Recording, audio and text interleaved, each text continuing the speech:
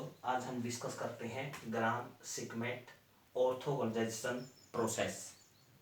बड़ी ही important theorem है। आप देखो इसकी जो स्टेटमेंट है वो हमारे पास क्या कहती है कि एवरी फाइनाइट डायमेंशनल का मतलब उसके बेसिस में नंबर ऑफ एलिमेंट, और वो कैसे होंगे, फाइनाइट होंगे। Inner product space has a orthonormal basis. तो हमने दिखाना है कि जो हमारे पास इनर प्रोडक्ट स्पेस होगा उसके कोई ना कोई ऑर्थोनॉर्मल बेसिस जरूर होते हैं हमारे पास। आप देखो इसका प्रूफ लेट हमने मान लिया कोई finite dimensional inner product space, तो let VF be the finite dimensional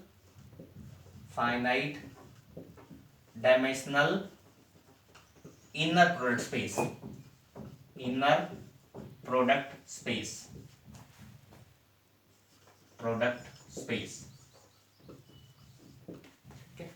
कि हमने मान लिया कि जो V है वो हमारे पास क्या है, finite dimensional inner product space है। अगर ये फाइनाइट डायमेंशनल है, इसका मतलब ये हुआ दैट इज डायमेंशंस ऑफ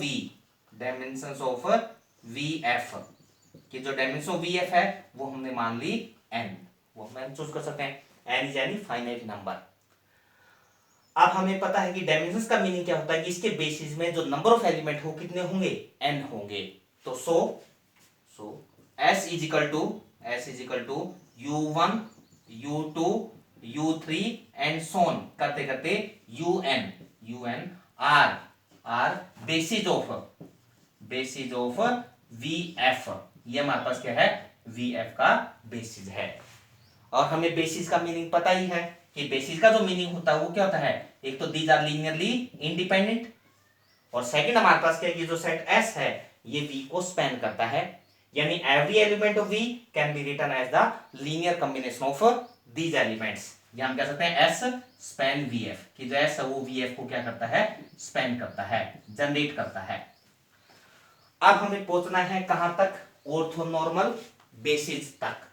अब हमारे पास जरूरी नहीं है कि ये जो हमारे पास बेसिस हैं यही ऑर्थोनॉर्मल बेसिस बने, ऐसा कोई जरूरी नहीं है। तो हम क्या करते हैं, इनके थ्रू हम ऑर्थोनॉर्मल बेसिस तक प्रूफ पहुंचते हैं। आप देखो वो हम कैसे पहुंचेंगे, डिफाइन लेट हमने मान लिया V1 is equal to U1, V1 मान लो हमने U1 की U1 को हमने V1 चूज कर लिया, और हमें पता है जो U1 है वो हमें पता है कैसा होगा, नॉन जीरो होगा। बिकॉज हमें पता है कि अगर कोई सेट है अगर वो जीरो वेक्टर कंटेन करता है तो वो जो सेट होता है वो हमेशा क्या होता है, लीनियरली डिपेंडेंट होता है। लेकिन हमें पता है ये जो S सेट है वो कैसा है, लीनियरली इंडिपेंडेंट है। तो इसका मतलब इसमें से कोई भी वेक्टर जीरो वेक्टर नहीं होगा। इसका मतलब क्या होगा, U1 is not equal to zero. इसका मतलब ये हुआ कि जो V1 है वो हमारे पास क्या है, नॉन जीरो है। नेक्स्ट हम मान लेते हैं V2, डिफाइन V2 को हमने डिफाइन किया। अब V2 को जो डिफाइन किया वो हमने किया है U2 माइनस के, यहाँ 2 है तो यहाँ 2 लिख दो, उसके बाद यहाँ पर लिख दो U2 कॉमा V1 अपॉन में नॉर्म ऑफ V1 का स्क्वायर। तो ये हमने चूज कर लिया V2। तो V2 को हमने चूज किया है, यहाँ 2 है तो 2 लिख दो, यहाँ पर 2 लिख दो। उसके बाद हमें पता है 2 से पहले 1 आता है तो यहाँ पर 1 और ये कितना आ गया, V1। तो इसको हमने V2 को हमने ये चूज कर लिया, क्योंकि हमारा जो टारगेट है क्या है कि ये S हमारे पास क्या बेसिस है। अब हम एक ऐसा सेट लेके आएंगे जो क्या होगा, ऑर्थोनॉर्मल होगा। आप देखो अब हमने क्या किया, ये हमने V2 चूज किया है कि V2 को हमने ये चूज कर लिया। अब हम ये चेक करते हैं कि जो V2 है वो जीरो है या हमारे पास नॉन जीरो है।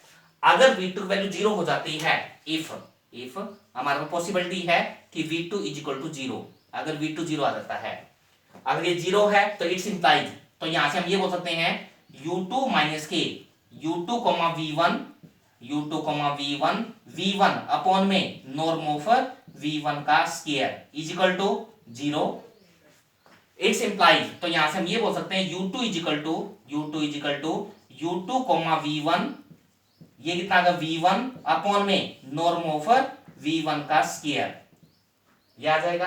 अब यहां से हम ये बोल सकते हैं U2 इज इक्वल टू, अब हमें पता है ये जो चीज है ये स्केलर है, क्योंकि हमें पता है ये चीज अप्लाई करते हैं तो हमें पता फील्ड का एलिमेंट होता है स्केलर है, ये स्केलर को हमने मान दिया ए, ये हमारे पास आ गया ए। v1 किसके इक्वल है u1 के, तो ये आ जाएगा u1।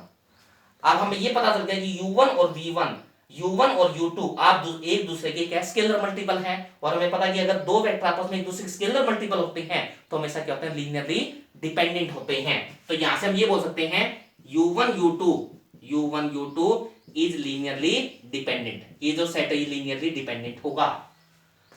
लेकिन हमें पता है कि अगर कोई सेट लीनियरली इंडिपेंडेंट है तो उसका जो सबसेट होता है वो हमेशा क्या होता है लीनियरली इंडिपेंडेंट होता है। अब हमें पता है कि जो ये जो सेट है u1 u2 it is the subset of s, ये s का सबसेट है, और हमें पता है कि s लीनियरली इंडिपेंडेंट तो इसका सबसेट भी लीनियरली इंडिपेंडेंट आना चाहिए, लेकिन यहां तो ये क्या आ गया लीनियरली डिपेंडेंट आ गया, तो विच इज द कंट्राडिक्शन। तो ये हमारे पास क्या है कंट्राडिक्शन आई।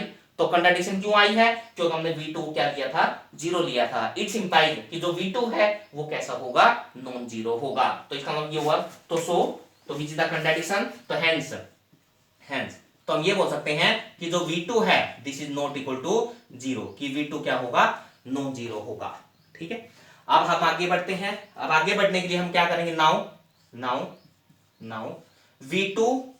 v2 कॉमा v1 इन दोनों की हम इनर प्रोडक्ट चेक करते हैं, क्योंकि हमारा टारगेट है ऑर्थोनॉर्मल तक पहुंचना, और ऑर्थोनॉर्मल में पता है कि vi comma vj is equal to 0 if i is not equal to j। तो यहां पर i not equal to j है तो हम ये दिखा देंगे ये दो है आपस में क्या है ऑर्थोगोनल है, तो हम ये प्रूव करेंगे। तो v2 v1, अब v2 की वैल्यू रख दो, v2 की जो वैल्यू हमारे पास ये है तो ये वैल्यू हमने इसमें पुट की, तो ये आ गया u2 माइनस k, ये कितना आ जाएगा u2 v1 इंटू में v1 अपॉन में नॉर्म ऑफ v1 का स्क्वायर कॉमा ये कॉमा उसका कितना v1, तो ये हमारे पास कितना आ जाएगा v1 आ जाएगा। दिस इज इक्वल टू अब हमें पता है जो इनर प्रोडक्ट हम कैसे खोलते हैं u2 की v1 के साथ करो तो आ जाएगा u2 v1 माइनस k, फिर हम इसके साथ करेंगे तो आ जाएगा u2 v1 अपॉन में नॉर्म ऑफ v1 का स्क्वायर कॉमा v1, तो ये v1 हमारे पास। अब हमें पता है कि जो प्रॉपर्टी इनर प्रोडक्ट स्पेस की वही होती है कि अगर हमारे पास AU, V है तो अगर हम आगे से बाहर निकालते हैं तो हमेशा क्या होता है सिंपल बाहर निकलता है, पीछे से अगर स्केलर बाहर निकालें तो कंजुगेट होके बाहर निकलता है। तो यहां से हम ये बोल सकते हैं A ये कितना होगा U, V, तो इसको हम ये बोल सकते हैं। अब यहां से हमें पता ये जो एलिमेंट है ये हमें पता फील्ड का एलिमेंट है तो इसको अगर बाहर निकालेंगे तो ये सिंपल बाहर निकलेगा, तो यहां से आ जाएगा this is equal to u2 v1 minus के, ये बाहर आ जाएगा u2 v1 अपॉन में नॉर्म ऑफ v1 का स्क्वायर, अंदर हमारे पास बचेगा वो क्या बचेगा यहां पर v1, तो कितना आएगा v1 v1, तो इसकी जो वैल्यू हमारे पास ये आ जाएगी। अब दिस इज इक्वल टू ये आ जाएगा u2 v1 माइनस v1 ये क्या बन जाएगा नॉर्म ऑफ v1 का स्क्वायर, तो ये जो वैल्यू है ये हमारे पास जाएगी this is equal to norm of v1 का स्क्वायर। अब इससे ये कैंसिल, तो यहां से हमारे पास वैल्यू आ जाएगी u2 v1, सिर्फ ये बचेगा, इससे ये कैंसिल, तो दिस इज इक्वल टू 0। अब हमारे पास क्या आ गया v2 और v1 की जो इनर प्रोडक्ट है वो हमारे पास क्या आ रही है 0 आ रही है, तो यहां से हम ये बोल सकते हैं v1 v2 इज ऑर्थोगोनल ना कि ऑर्थोनॉर्मल, तो ये हमारे पास क्या ऑर्थोगोनल सेट है, it is the orthogonal set. क्योंकि ऑर्थोगोनल के अंदर हमारे पास क्या होता है कि अगर i और j अनइक्वल हैं तो वैल्यू क्या आती है 0 आती है, और अगर i और j इक्वल है तो वैल्यू 1 आती है, लेकिन 1 हमने ऐसा कहीं पे प्रूव नहीं किया कि v1 v1 1 होगा या v2 v1 1 होगा, ऐसा हमने कहीं प्रूव नहीं किया। इसका मतलब ये क्या है ऑर्थोगोनल है, तो पहले हम ऑर्थोगोनल तक पहुंचते हैं फिर हम उसको ऑर्थोनॉर्मल के अंदर चेंज करेंगे। इसका मतलब ये जो सेट है ये हमारे पास क्या है ऑर्थोगोनल सेट है। लेकिन अब हमें क्या करना है, अब हम इसको और आगे बढ़ाते हैं, ये तो सिर्फ 2 एलिमेंट का है तो हम इससे आगे बढ़ते हैं। अब इससे आगे देखो हम क्या करेंगे, जैसे हमने यहां पर क्या किया था शुरू में हमने v1 डिफाइन किया था, फिर हमने v2 डिफाइन किया था, अब हम क्या करते हैं v3 डिफाइन करते हैं। तो नेक्स्ट हमारे पास क्या होगा v3 इज इक्वल टू तो यहाँ पर अगर हमने 2 है तो यहाँ पर 2 आता है, तो यहाँ पर ये कितना आ जाएगा u3, ये u3 आ जाएगा। फिर हम यहाँ पर क्या लिखेंगे u3, ये u3 आ जाएगा, कॉमा।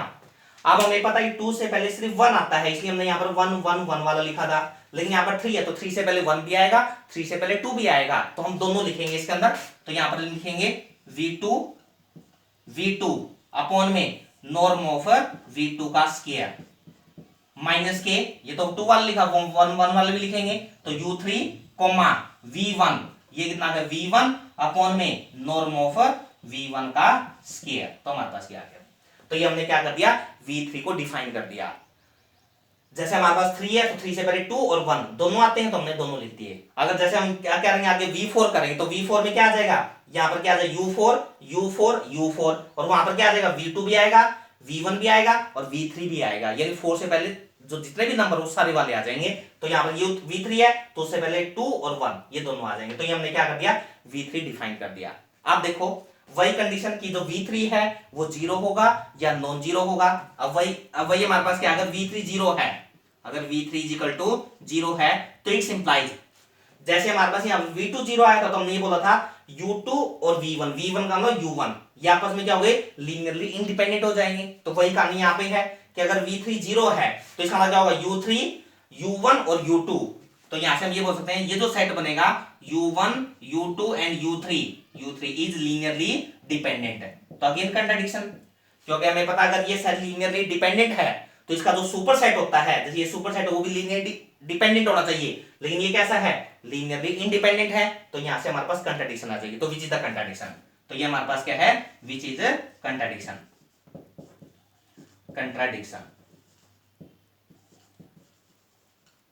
इसका मतलब ये हुआ कि जो v3 है वो कैसा होगा नॉट इक्वल टू 0 होगा, v3 नॉट इक्वल टू 0। अब जैसे हमने यहाँ पर ये दिखाया था कि v1 v2 का जो सेट है वो ऑर्थोगोनल सेट है, तो इसी तरह हम ये दिखाएंगे v1 v2 v3 का जो सेट है वो भी क्या होगा ऑर्थोगोनल होगा। अब हम ये चेक करते हैं कि v3 जो प्रोडक्ट है वो v1 के साथ और v2 के साथ क्या आना चाहिए 0 आना चाहिए। तो देखो कैसे करते हैं वो,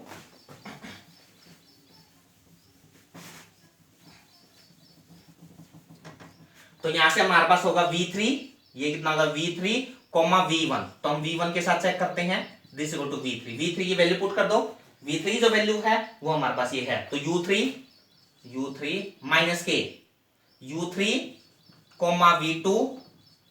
v2 अपॉन में नॉर्म ऑफ v2 का स्क्वायर माइनस के u3 v1 अपॉन में नॉर्म ऑफ v1 का स्क्वायर उसका कितना v1, तो हमारे पास कितना आ जाएगा v1। This is equal to अब हमें पता है कि इनर प्रोडक्ट हम कैसे बोलते हैं वो खोल लो, तो u3 की v1 के साथ तो ये आ जाएगा u3 v1 माइनस के, फिर हम इस एलिमेंट से करेंगे तो कितना आ गया u3 v2 अपॉन में नॉर्म ऑफ v2 का स्क्वायर v1, फिर हम इस एलिमेंट किसके साथ करेंगे तो माइनस के, ये माइनस ये कितना आ गया u3 v1 अपॉन में नॉर्म ऑफ v1 का स्क्वायर v1, तो हमारे पास ये आ जाएगा। अब दिस इज इक्वल टू, अब अगेन हम ये वाली प्रॉपर्टी लगाएंगे कि अगर au, v है तो जो a है वो सिंपल बार आ जाता है आगे वाले एलिमेंट के साथ। तो यहां पर हमें पता है ये जो चीज है ये हमारा फील्ड का एलिमेंट है तो ये सिंपली बार आ जाएगा, ये हमें पता है ये फील्ड का एलिमेंट है तो ये हमारे पास क्या सिंपली बार आ जाएगा। तो यहां से हमारे पास आ जाएगा u3 v1 माइनस के u3 v2 अपॉन में नॉर्म ऑफ v2 का स्क्वायर, तो अंदर हमारे पास क्या बचेगा यहाँ पर v2 यहाँ पर v1, तो कितना आ गया v2 v1, उसके बाद माइनस के यहां से कितना आ गया u3 v1 अपॉन में नॉर्म ऑफ v1 का स्क्वायर, ये बार आ जाएगा, तो अंदर क्या बचेगा यहाँ पर v1 v1, तो ये बच जाएगा। अब हमें पता है कि v1 किसके इक्वल है नॉर्म ऑफ v1 का स्क्वायर, तो equal to norm of v1 का स्क्वायर, तो इससे ये कैंसिल, तो यहां से हमारे पास वैल्यू आ जाएगी u3 v1 माइनस के माइनस। अब हमें पता है कि v1 और v2 आपस में ऑर्थोगोनल हैं, ये हम पहले प्रूव कर चुके हैं। इस केस में कि V1 और V2 आपस में ऑर्थोगोनल हैं। अगर ये ऑर्थोगोनल हैं तो V1 और V2 की जो इनर प्रोडक्ट है वो क्या होगी, जीरो होगी। तो ये जीरो है तो ये पूरा फैक्टर क्या बन जाएगा, जीरो। तो दिस इक्वल टू जीरो। तो ये हमारे पास जो फैक्टर बचेगा वो क्या बचेगा, U3, V1। अब ये U3, V1 है, U3, V1 है तो आपस में एक दूसरे को कैंसिल, तो यहां से this is equal to zero. तो यहां से आ गया V3, V1 की जो इनर प्रोडक्ट है वो क्या आ रही है, जीरो आ रही है। तो यहां से हम बोल सकते हैं V3, V1 की जो इनर प्रोडक्ट है वो क्या है, जीरो है। इन दिस वे सिमिलरली हम ये प्रूव कर सकते हैं, V3, V2 की जो इनर प्रोडक्ट है वो भी क्या होगी, जीरो होगी। और हमें पता है कि V1, V2 की जो इनर प्रोडक्ट है वो आपस में क्या है, जीरो है ही, वो जीरो है। इसका मतलब ये हुआ कि इन तीनों को मिला के हम ये बोल सकते हैं, V1, V2, V3 is a orthogonal set. तो ये हमारे पास क्या है, ऑर्थोगोनल सेट है, ऑर्थोगोनल सेट। तो ये हमारे पास ऑर्थोगोनल सेट है। अब जैसे हमने यहाँ पर दो वेक्टर के लिए दिखाया था कि V1 और V2 आपस में ऑर्थोगोनल है, इसीलिए हम दिखा दिए V1, V2, V3 ये मैप क्या होगा, ऑर्थोगोनल सेट होगा। ठीक है, कंटिन्यूइंग इन दिस वे, जैसे हमने शुरू में V1 डिफाइन किया, फिर V2 डिफाइन किया, V3 डिफाइन किया, इस तरह V4 डिफाइन करेंगे, V5 डिफाइन करेंगे, एंड सो ऑन करते करते कहां तक पहुंच जाएंगे, Vn तक पहुंच जाएंगे। तो continuing in this way,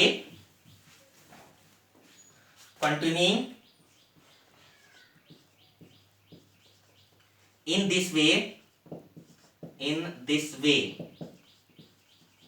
way हम ये एक सेट का सेट कर देंगे V1, V2, V3 and so on करते करते Vn is a orthogonal set.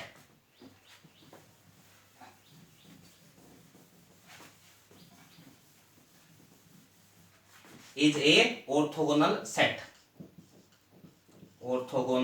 Set. ये हमारे पास क्या है, ऑर्थोगोनल सेट आ गया।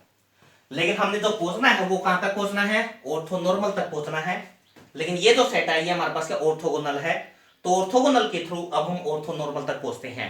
आप देखो कैसे पहुंचेंगे, लेट टेक, अब हमने क्या किया, टेक ये कोई लिया WI, जो WI है वो हमने लिया है VI अपॉन में नॉर्म ऑफ VI का square for all eyes running from 1 to n, for all eyes running, ये हमने क्या दिया, WI लिया हमारे पास। ठीक है, अब देखना यहां से एक सेट बना, W1, W2, W3 and so on करते करते WN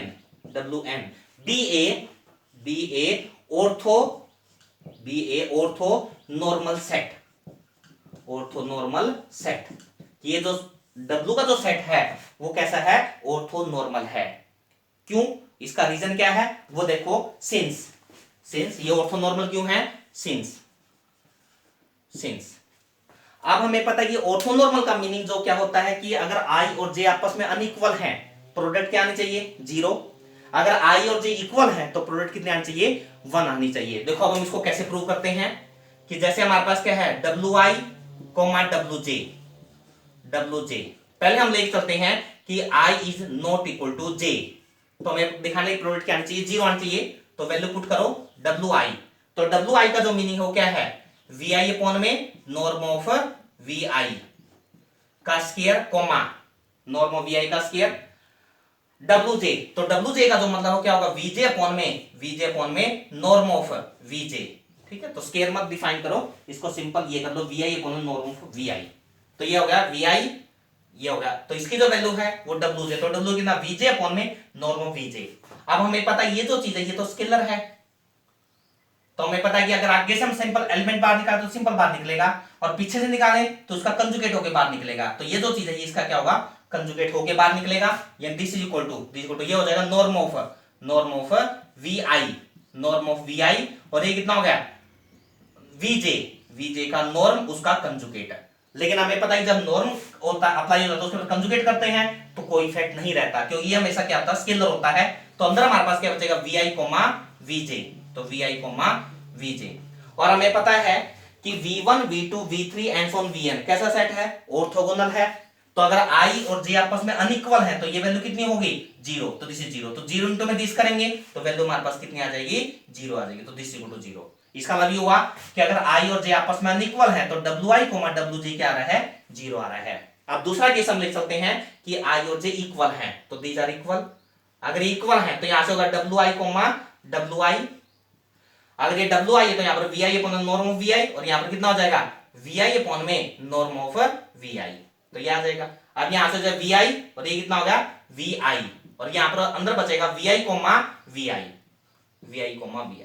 अब हमें पता है कि vi, vi इक्वल टू कितना होगा, नॉर्म ऑफ vi का स्क्वायर अपॉन में ये भी नीचे कितना है, नॉर्म ऑफ vi का स्क्वायर, इससे कैंसिल, तो वैल्यू कितनी आ जाएगी, 1। यानी अगर i और j आपस में इक्वल हैं तो wi, wi कितना आ रहा है हमारे पास, 1 आ रहा है हमारे पास। इसका मतलब ये हुआ ये जो सेट है ये कैसा सेट है, ऑर्थोनॉर्मल सेट है। तो हमने क्या कर दिया, एक ऑर्थोनॉर्मल सेट को कंस्ट्रक्ट कर दिया हमारे पास भी। अब हमने प्रूव करना है कि ये जो चीज है ये किसका काम करेगा, बेसिस का काम करेगा। अब हमें पता है कि बेसिस के लिए हम दो चीजें दिखाते हैं, एक तो हम दिखाते हैं लीनियरली इंडिपेंडेंट, और दूसरा हम ये दिखाएंगे ये जो सेट है ये हमारे पास क्या करेगा, उसको स्पैन करेगा। दूसरा हम दिखाते हैं स्पैन, कि वो जो सेट है उसको क्या करता है, स्पैन करता है। अब हमें पता है ये जो सेट है, इस सेट को हमने नाम दे दिया मान लो ए, ये ए सेट है। तो हमें पता है कि जो ए है वो ऑर्थोनॉर्मल सेट है। तो पीछे हमने थ्योरम की थी कि अगर कोई ऑर्थोनॉर्मल वेक्टर का अगर कोई सेट है तो हमेशा क्या, तो लीनियरली इंडिपेंडेंट होता है। इसका मतलब ये हुआ कि जो ए है वो हमारे पास क्या होगा, लीनियरली इंडिपेंडेंट होगा। यानी पहली कंडीशन हमारे फुलफिल होगी कि जो ए है वो हमारे पास क्या होगा, लीनियरली इंडिपेंडेंट होगा। तो यहां से हम ये बोल सकते हैं ए इज लीनियरली इंडिपेंडेंट, ठीक है। एंड और एक हमें पता है कि जो डायमेंशंस ऑफ v है वो कितनी है, n है। Dimensions of v is equal to n है, dimensions of v is equal to n। तो पीछे हमने एक थ्योरम की थी कि अगर हमें किसी वेक्टर स्पेस की डायमेंशंस पता है तो उतने अगर लीनियरली इंडिपेंडेंट वेक्टर हैं तो किसका काम कर जाते हैं, बेसिस का काम कर जाते हैं। तो हमें पता है डायमेंशन ऑफ v कितना n है, और हमें पता है ये जो चीज है ये क्या है, n लीनियरली इंडिपेंडेंट वेक्टर है, तो ये किसका काम कर जाएंगे, बेसिस का काम कर जाएंगे। इसका मतलब ये हुआ कि इसका मतलब ये बोल सकते हैं a is equal to w1 w2 and so on करते करते wn ba ऑर्थोनॉर्मल बेसिस। तो ये हमारे पास क्या होंगे, ऑर्थोनॉर्मल बेसिस होंगे। तो यही हमें इसके अंदर प्रूव करना था। तो ये थे हमारे पास थ्योरम ग्राम-श्मिट ऑर्थोगोनलाइजेशन प्रोसेस। तो इस तरह से हम क्या कर सकते हैं कि बेसिस की हेल्प से हम ऑर्थोनॉर्मल बेसिस तक पहुंच सकते हैं। तो which is the required process, तो ये हमारे पास क्या है, वो प्रोसेस है, ठीक है। तो वैसे तो हमें बेसिस दिखाने के लिए दो कंडीशन दिखानी होती है, लीनियरली इंडिपेंडेंट, और एक हमें दिखाना पड़ता है जो सेट है वो उसको क्या करता है, स्पैन करता है। लेकिन अगर हमें किसी वेक्टर स्पेस की डायमेंशंस पता है तो हमारे पास थ्योरम होती है कि अगर डायमेंशंस ऑफ Vn है तो any n linearly independent vector form the basis of that vector space. तो हमें पता है डायमेंशन ऑफ V कितनी है, n है, तो कोई भी n लीनियरली इंडिपेंडेंट वेक्टर, तो ये लीनियर इंडिपेंडेंट वेक्टर है तो ये क्या बन जाएंगे, उसके बेसिस बन जाएंगे। तो इसका मतलब ये हुआ कि जो A सेट है वो हमारे पास क्या है, ऑर्थोनॉर्मल बेसिस है। तो which is the required theorem. अब हम इस पे बेस्ड क्वेश्चन करते हैं, बड़ा ही इंपॉर्टेंट टॉपिक है ये वाला।